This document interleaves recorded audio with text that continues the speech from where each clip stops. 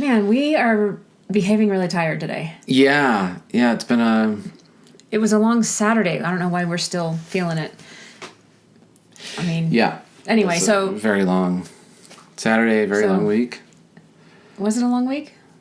I don't remember. It was for me. Anyway, we had a rehearsal.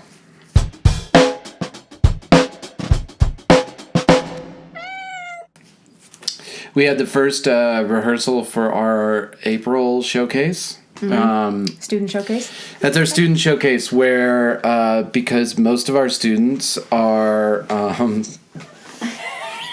She didn't want me to pick her up. She begs and then... She runs away. Doesn't want it. Most of our students are singers. And so we do a showcase where we rent a venue and get, a pro backing band. Which is partly us. Put on a show. Yeah, right. It's me on guitar, you on bass this time. Mm-hmm. Elwood, of course, and Stax, of course. Mm-hmm. And we had a 6-hour rehearsal Saturday because it's 30-something songs. 35 songs. 35 songs, yeah. So I thought it might be interesting to talk about how you prepare 35 songs. Like, what's your method and what's my method? Right. I don't actually know what your method is. It might be similar to yours, where it's very much like... I want the water to rise on all of the songs at the same time. In the sense that analogy. Like I'll go through all of the songs. Well, first I make charts. I mean, they're not like charts for drums and charts for bass and charts for... It's just basically a song structure chart, like the main chords and maybe a few of the places we break, what the song structure is. If there's a weird count somewhere, yeah, notate that. So I've got those made before I even start practicing, so I'm pretty familiar with the songs to begin with. Well, hello. Staring into my eyes. Anyway, so when I start learning them on bass, I will pull up the charts I made, pull up the reference tracks we have. I make a kind of a spreadsheet or list of all the songs, and I'll take a first pass at every song and kind of mark it as like good to go already, like with one try, or... needs a little work, or like I'll like color code it, like it's red if like this one is going to require some time, just so I have a kind of a vision, not a vision, but like I have a view on what's coming and where the work needs to go. So I'll do a first pass, make notes on what's what, and then maybe spend some time on the songs that I know are going to need a lot of passes. Right. And so those are the songs that I really work on the most. We have 2 metal songs this time, so there's some tricky timing and rhythm going on. So I've spent a lot of time on those. And then there's some other songs where I looked at them that first time, and then I didn't look at them again until we had rehearsal. Right. However, that bit me a little bit. Yeah. I need to change my process a little bit. I need to mark, not that stuff is ready to go, but like...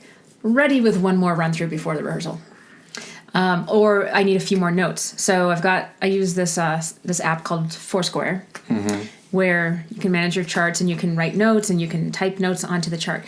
And so what I know that I need to do next time I do this is, instead of just marking a song as good to go, like You and I by Lady Gaga, I needed to make a few notes about what rhythm I'm playing, even though I know the song, but like. Coming into it cold after just having played 15, 20, 30 other songs.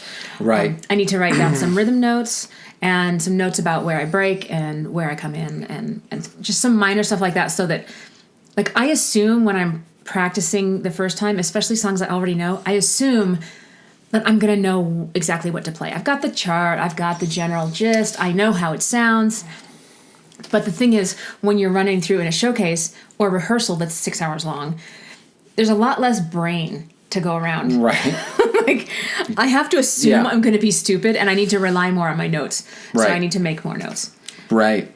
So now I'm going through, now that we've had the first rehearsal, I'm going through the list, and I'm marking stuff when it becomes showcase ready. Like, for me, that's going to mean I don't have to look at this again until the showcase. Until the day we play it. Right. Like, I've run it, I've got notes. Even if I can't bring the song up in my head, I can rely on my notes to get started. And it's good to go. Yeah. Do you think it's occurred to me before that sort of like we've noticed it with singers before too, where they'll get through the song perfectly when they're singing along with the recording. And then if they're trying to do it on their own or they're doing it with the band, they just can't figure out where to come in or whatever. And what we've figured out is a lot of times that's because they're hearing a split second of the singer on the recording start. Or they're hearing cues that may not be exactly the same live. Right. My point is, do you think that's the same thing when, you rehearse and you're, of course, rehearsing with the actual songs? I think it could be true. And then true. when you get in the room and, like those cues aren't there or... I think it's much less true for me playing bass than it is for the singers we're thinking about. Mm-hmm. I wouldn't say it never happens, but I think more than that, it's... I have an idea. I think I have an idea of what the rhythm is, but there are a couple different ways that rhythm could be played. Is it like dotted quarter, eighth, or is it eighth, dotted quarter, or whatever? Right. It feels the same, but it's not exactly the same. Right. And I think I know it because I know the song. That's the kind of thing that I've noted now. And then there's some other times where, listening to the song, it's not super clear where the bass comes in. Is that left-hand piano, or is that a synth? Right. Or is the bass actually in? And so those are the things I need to listen carefully to before rehearsal. And then, of course, I'm going to kind of go with what feels right in the situation as well. But yeah. So I'd say I do the same thing in that my first move is I just try to hear all the songs first. I throw the songs into a recording software, Logic or whatever, and I put them all on one track. So if I hit play, it just runs through all 35 of them right in a row. And my first thing, whether I'm doing charts or whether I'm working off your charts and adding to them, is a lot of times I just play through all the songs, even if it's just sort of jamming along and I don't really know what it is and whatever. I just want to hear it because I talk about it all the time. There's that thing where you could spend 10 hours practicing a song in one day and you're not going to know it as well as if you spent 5 hours, but that was spread out over a whole week. Because stuff just kind of like gets concrete in your head over days. It's not, cramming these showcases is not the way to go. No, and I crammed this one, and it was fine, but I was definitely working harder than usual. And then because I play through all of them, and then I might go back and chart, and then keep playing through them in order, it becomes obvious to me really quickly which ones are the hard ones I really need to work on. Sort of like you were saying, well, XYZ song, I don't start it. The chords are really strong. It's mainly piano based, so I can, I just don't have as much to do on that song. Versus the metal songs, which are really guitar heavy and they have all these really arbitrary, complicated rhythms. I have to say is one of my biggest pet peeves now is the arbitrary parts where you're this is here only to make it complicated. And it could be any rhythm. It doesn't need to be that rhythm because that rhythm doesn't line up with the vocal. Oh. It doesn't it's just a rhythm they picked, and if you're the one who picked that rhythm, that would be extremely easy for you to remember because that's the one you chose and it just falls on your hand easy and whatever. But it could be any combination of 16th note rhythm, and since it doesn't lock up with the vocal in any way, it doesn't have anything to do with the song. It's just a random 16th note pattern. And then I don't know where it goes from there. I don't remember the other half of it. And it's badass, don't get me wrong, but it's so much easier to remember stuff that isn't arbitrary, meaning it does lock in with the vocal or it locks in with some sort of... Or even the drums. The drums are just straight ahead. Right. Yes, right. So the rhythm doesn't lock with the drums. It's just you and me. Yeah. And or a lot of songs have an internal rhythm where throughout the song there's kind of a... Right. there's like a clave of accents through the whole thing, or maybe it's just that like 4 on the floor thing, but there's a one rhythm that kind of just repeats through the whole song. And some of these are not that way. But yeah, so I would say I learn things kind of the same way. It's more going through all of them. And to me, the key is going through all of them as early as possible, just so that your brain has the most amount of time to kind of sort it out. And then I find, you talked about this, and I noticed it this time getting prepped. There's a difference between being like on book or on chart or off charts. And sometimes there are songs that are more difficult that I know I have to know well enough that there's so much going on and it's so quick, I can't read anything quickly enough. So I need to commit that 90% to memory. Right. And my chart becomes really simple because it's just reminding me of the changes, but I can't read fast enough. So I need to be mostly off chart for that song. Right. Because if you look back at the chart, then you I'm going to lose my hands. And if you are only looking at your hands, you can't look at the chart. And if I stumble on the chart one time, it's not like a chord thing where you're hitting diamonds and you're like, okay, wait, let me find where I am again. Yeah. You're doing stuff really fast the whole time. Yeah. And so it's just like, if I lose it on the chart, I'm gone. Yeah. So I would say what wound up happening is I probably spent a half to a third. We had 35 songs. I probably spent a quarter to a third of my time on 2 of those songs because those were the songs that I needed to have almost all in my head and under my hands. And the other ones were kind of, not cakewalks, but, we played it before or, whatever. Mm-hmm. Another motivation behind the idea of like kind of raising the bar on all the songs at the same time is what if something happens and I run out of time to practice? Like, what if I get in an accident? Or what if some huge project that has to be done this week lands on my desk for some reason? Or what if I get sick? That's very reasonable. Yeah. Like I want to be able to to play the showcase kind of at any moment. So my first pass is, could I get through these songs? Right. With just the basic skeleton. Yeah, so that you don't get that. Yeah. Because gosh, and it is kind of the worst thing. And it does happen remarkably often with some people where you're in the rehearsal and someone in the rehearsal is like, oh yeah, I didn't get to look at that one. Can we put it on and you're like, you didn't even look at it? I know. Yeah. And that's not our rehearsals, by the way. No, not our rehearsals. Our rehearsals. I just do rehearsals with other bands sometimes, and there'll be that kind of thing of someone didn't even really but your method, at least you've looked at all the tunes. Mm-hmm. Maybe you didn't get all the time to practice you wanted, but there's nothing you haven't gotten a little familiar with. Yeah. Yeah. So that was our Saturday. That was definitely our Saturday. Although we had a really great dinner in, what do they call that? Tennyson? Mazevo. Yeah, on Tennyson Street. On Tennyson Street, but is that a neighborhood of some type? Is that Highlands? Maybe it is just Highlands. Yeah. Anyway. Yeah. Had a great Middle Eastern dinner, fancy Middle Eastern. Mm-hmm. We went to our favorite place, Joyride. Absolutely recommend. Brewery. Yeah. It's got a second-story balcony that overlooks Sloan's Lake, and you can see Long's Peak. Oh, yeah. It's crazy. 100 miles away. This was Saturday after the rehearsal. The rehearsal. It was nice and warm out. Yeah, it was nice and warm out. So we wanted to be outside, and so we went there and had a drink, and then we went to dinner, and then that was pretty much the night. Yeah. Because a 6-hour rehearsal will take it out of you. Oh my gosh, I know. So we've got another one next Saturday. Yep. And then the showcase. And on top of that rehearsal, you had a show on bass the night before the rehearsal, Friday. Right. It was the gig with Pamela Machala. Her CD release, right? It was a single release. Single release. Yeah. Okay. Yeah. That's smart. Yeah.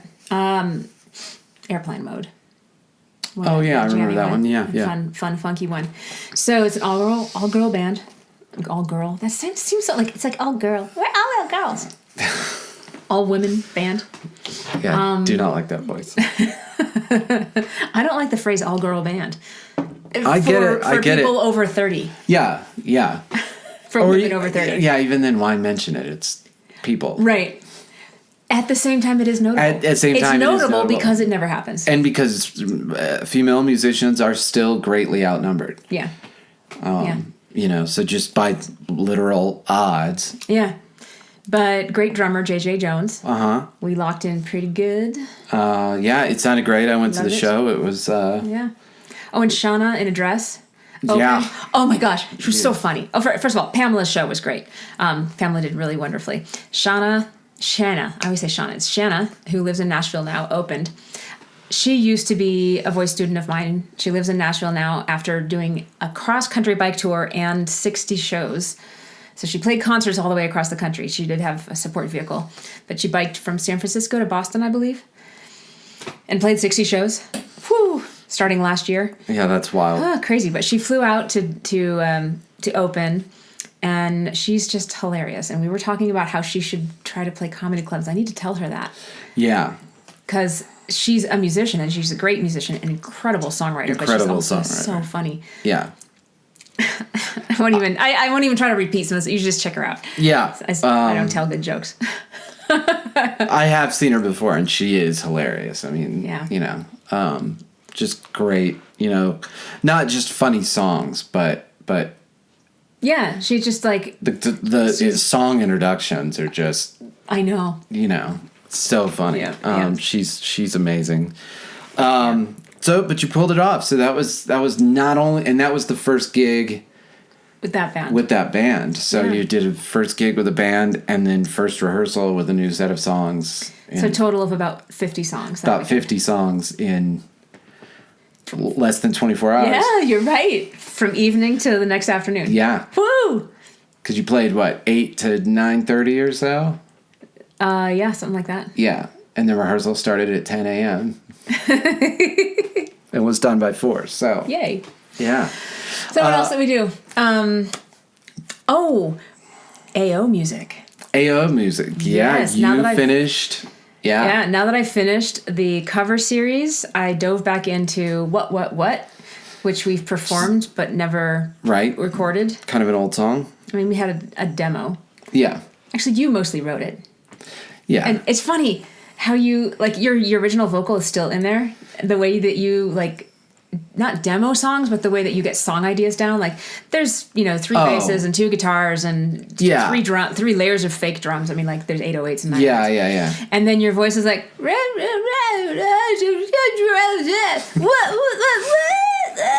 this nonsense, really high up. Yeah. And I remember when I wrote that, I kind of listened. How you squint and you see things differently? I kind of listened with a squint and pulled the word out. Oh, that's so funny because you came up with such great lyrics. Yeah.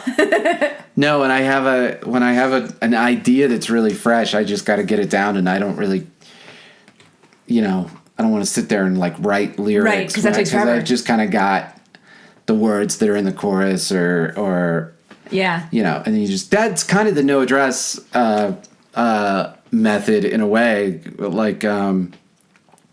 For one thing, Phil still 20 years later sings all the harmonies, and he sounds amazing, and he knows 0 of the words, does not know a single word. He just sings nonsense behind Ben that at least has all the same vowels in it. Mm-hmm. Anyway, but Ben, the singer of No Address, we would jam, and the band would jam, and he would sing, and he would just sing nonsense as we were building the idea, just literal gibberish as we were building the idea. Really? And then as we kept working on it, words would start popping out of the gibberish, and then maybe by the time we spent 4 or 5 hours, because we used to rehearse a lot, for a really long time, and we might spend 4 or 5 hours in a room jamming on a song, and by the time we got the song in shape, he would have 50-70% of the words that had appeared out of gibberish. And he would slowly be oh, I guess this song's about this, because that's kind of what's coming out. I gotta try that more often and be a little bit less intellectual with my songwriting. Yeah, it makes it a lot faster when you're, but yeah, it's just a sketch. And yeah, my original vocals are always nonsense. They're cute. I love some of them in. Yeah, I also make lots of crazy noises in between all that. Oh, you've got the... That's kind of the only way I can do that stuff. It's just that song was fun to produce too. So like most everything was down.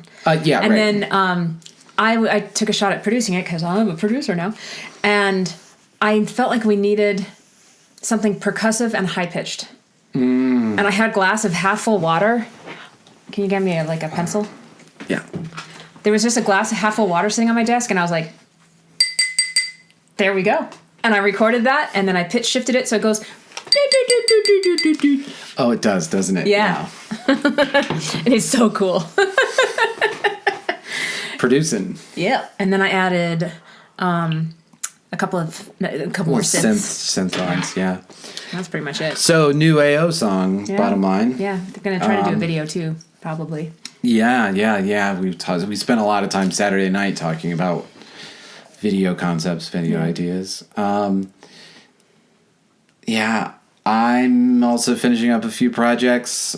Still in the studio this week, working on a song with Cody Qualls and Hazel Miller and Josh Blackburn, which is taking forever to finish because it's 60 tracks of vocals, maybe more.